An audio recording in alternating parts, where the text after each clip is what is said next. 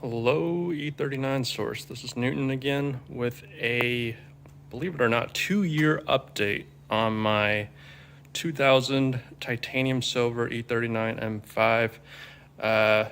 You may or may have not remembered that I shot this video in I think July or August of 2020 when I got this car for under $10,000. I'll go ahead and reveal it since it's been so long. I got this car for $9 grand.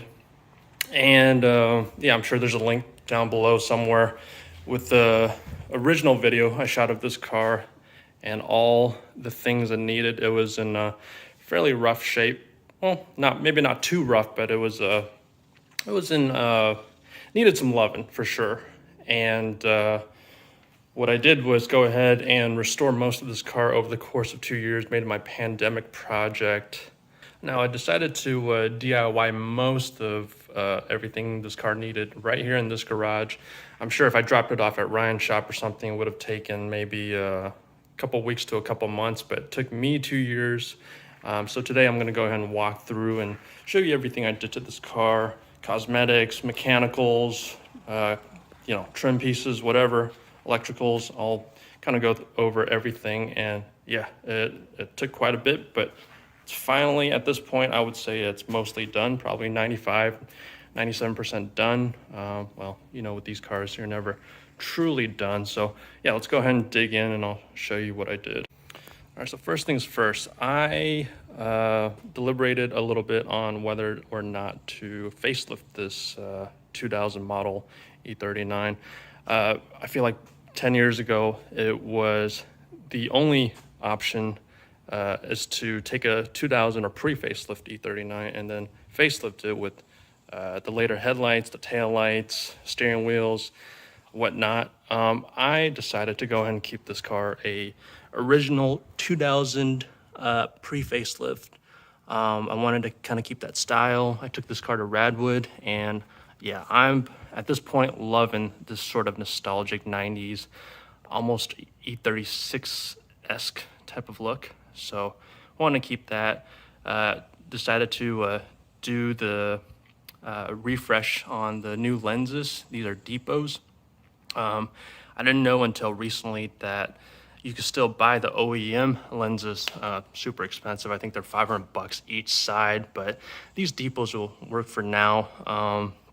Maybe I'll try a different aftermarket brand if the lettering bothers me a bit, but for now, I'm just happy that they look fresh. Got the bumper resprayed, front and rear bumpers, as well as the mirrors and the door handles. Did new fog lights, put some laminates on it. New chrome kidney grills. Don't know if I want to keep those, or I might get a set of gloss black ones as well. Over here, I decided to go ahead and refinish all 4 Style 65 wheels. These are OEM. Had them refinished by Einhorn Industries, Jed at Einhorn. Shout out for helping me out here. These are, I want to say they're a shade darker than the OEM Chrome Shadow, but I'm pretty happy with them on a silver car.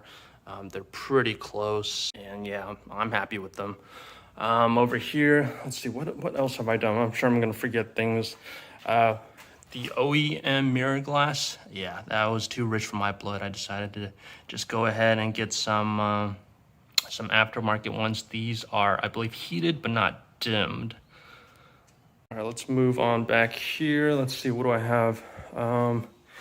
New trunk lid spoiler. This one is aftermarket, not OEM. The original one had a lot of cracking. Clear coat had faded. But this aftermarket one is a slightly different shape. You have to be a real enthusiast to kind of catch that. Don't know if I'll keep this one. I'm sure at some point I might want to go extra OEM and put the original one back on after I get it resprayed. Back here, rear bumper resprayed. Got the center diffuser painted in black. I kind of prefer it that way. I think it gives it some nice contrast. And yeah, OEM panel. Decided to keep the pre-facelift taillights as well. I actually have a set of facelift taillights over there, but I don't know. I think it's kind of cool now in this day and age in 2022 to have that original look E39. I really enjoy it. Like I said, I took this car to Radwood, and yeah, I'm enjoying that aesthetic. Let's go ahead and move on to the interior. The interior is a place I spent some time and money on, and I'm very proud of it. Right off the bat, you can kind of see that the centerpiece of the interior are the seats. I went ahead and had a local upholstery shop redo all the seats. This is not a dye, this is all brand new leather. And yeah, so the Imola Red interior only came on the sport package cars, sport interior, I suppose. I decided to kind of give it my own flavor by applying the treatment to this Heritage interior car, and I like it quite a bit. But you know, different people have different opinions. Let me know what you think about it. Might do the door cards later. Haven't gotten around to that.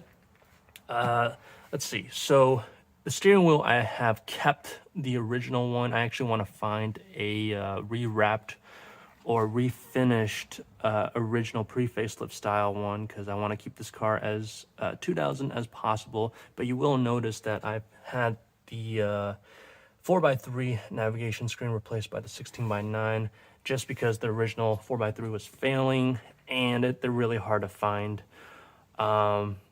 in good condition. So I decided to just replace that with the 16x9. This is the, what is this? This is a gray trim, not original to an M5. I think they came on 525s, 530s, but I had a 530 with this exact same trim, so it has nostalgic value to me. Over here, I have the Euro armrest. This one is custom stitched by, I believe his name is Day. Shout out to him. Love the magnet. This is a Trick Bits cup holder. I think it's ingenious. Probably the best cup holders for these cars designed yet. And matching stitching, the Imola Red boots, handbrake and shift boots. I believe this is a, oh, I don't even remember where I found this. This is a Bimian shift knob and e-brake handle. This is a light up shift knob, actually. It's fairly rare. I haven't been able to find it. I think it's been discontinued for quite some time now. But yeah, so this interior has completely transformed. If you see the original video, this interior was kind of battered and bruised and needed some loving. Over here you'll see Alcantara headliner. This car did not come with an original Alcantara headliner. I was able to source one from a parts car. Unfortunately, a lot of the other pieces, such as the A-pillars, B-pillars, C-pillars, and the sunroof panels were damaged, and I wasn't able to salvage those. So this car still has the cloth pillars and the sunroof panels, as well as the sun visors, but it has an Alcantara roof headliner, and I think that's quite the upgrade. All right, over here I want to show you guys that I also replaced all the pixels. This car has no lights on the dash, and yeah, all the pixels repaired. That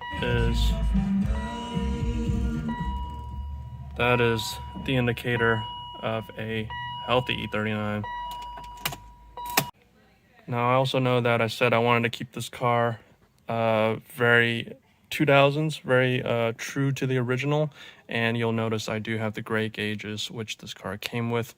I want to say when I pulled the cluster out, the date code was 2001, which which meant that this car had the cluster replaced just 2 years into its life, which is pretty ridiculous that the pixels went out that early. Do I want to go back to the black gauges? I don't know. I like the fact that both my cars have gray gauges. I'm kind of torn on that. But for the time being, I'll keep it as is. And yeah, I want to keep this original steering wheel, but I do want to get it rewrapped or refurbished.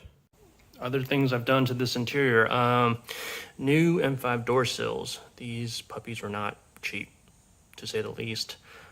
Replaced the fronts, not the rears. The rears are even more expensive. I want to say they're like almost $300 each side. It's just a little too rich for my blood right now. Replaced these outer seat panels. I think these make a huge difference if your seats are kind of creaking as you sit on them. Yeah, so that's a big upgrade. And then when I pulled the seats and most of the interior, I carpet extracted and cleaned the carpeting, and that made a huge difference as well. Here's a shot of the rear seats. Parts of it, like right here in the centers, obviously are all new leather. Headrests are original, haven't really touched them. It definitely feel a little bit harder than the brand new supple leather, but you know, I'm not gonna, this is a driver's car and this is not a concours show car, so I'm not gonna go the whole 9 yards, but I will get pretty close. One thing I want to show you guys is that this car, when I got it, came with none of the manuals and only one key that barely worked. The remote function didn't even work. I went ahead and got a aftermarket key and programmed it myself using an EWS programmer, as well as all the manuals, all the original promotional booklet, the higher DVD. Of course, you need that. I got this from Adam Bajrak, I believe it's pronounced, and another shout out to him. He provided a lot of parts for this car, so couldn't have restored this car without him. And yeah, look at that. That is just, I'm a sucker for this type of stuff. All right, let's move on to the mechanical portion of this car, which is the part that probably took me the longest, or if not at least the most amount of effort. This car, like I said, needed a lot of maintenance. When I got it, a lot of maintenance was deferred. So I'm just gonna try to remember off the top of my head as best as I could what all I did. Took off the intake plenum. This is a 2000 car, so it has the, I believe, aluminum plenum, not the plastic one. Had some vacuum hose leaks, had a evap purge valve that failed. Valve covers, I was able to replace the gaskets because those were leaking. ABS module needed a new one, need a replacement there. I think I replaced some hoses. Up here, oh yeah, the thermostat was bad, so I had to replace that. The O-rings are a pain in the ass. I did not like those O-rings at all. Replaced some of the rubber mounts here. All the power steering hoses, pretty much all. I think three out of 4 of them were leaking. I replaced 3 of them. The 2 in the rear are a pain in the ass as well. Took off this entire front clip and hosed out the radiator. Had a lot of debris, had a lot of foliage, leaves back there. That heat shield, I suppose, is from, I believe his name is Kevin on the Facebook group. Shout out to the E39 M5 owners Facebook group. Great resource. A lot of those guys there helped me out a lot. Yeah, so the original firewall panel is pretty expensive at this point, so he was able to fabricate one out of aluminum, I think. Suspension wise, all control arms have been replaced at this point. I decided to keep the car on stock springs. I like the way they ride. I wish they were maybe half an inch to an inch lower, but it's not a big deal. I replaced the struts with Koni struts, and I personally love the way they feel.